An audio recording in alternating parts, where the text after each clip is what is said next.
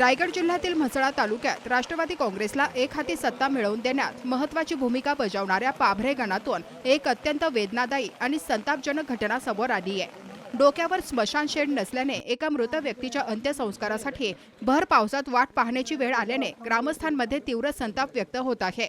पाभरे ग्रामपंचायत हद्दीतील चिंचोडे येथील रहिवासी यशवंत बाबू पोटले यांचे आज निधन झाले। त्यांचा मृतदेह अंत्यसंस्कारासाठी स्मशानभूमीत नेण्यात आला, मात्र तेथे अंत्यविधीसाठी आवश्यक असलेले शेडच उपलब्ध नसल्याचे समोर आले।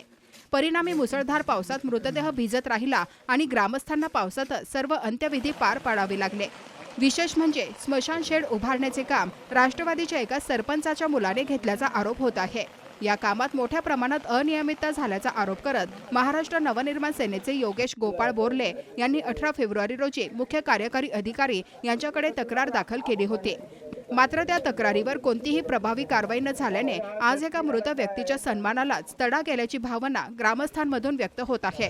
रायगड सारख्या प्रगत जिल्ह्यात एका मृत व्यक्तीला मृत्यूनंतरही भर पावसात भिजत राहावे लागणे ही केवळ प्रशासनाची उदासीनता नसून संपूर्ण यंत्रणेसाठी लाजिरवाणी बाब असल्याची प्रतिक्रिया नागरिक व्यक्त करत आहेत।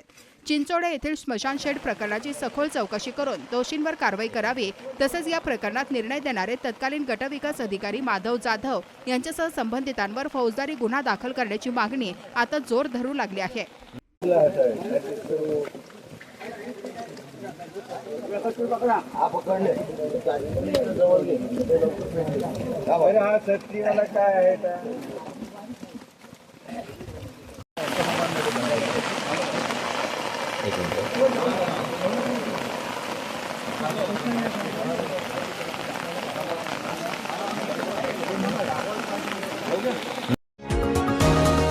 तुम्ही पाहत आहात विस्टा न्यूज मराठी।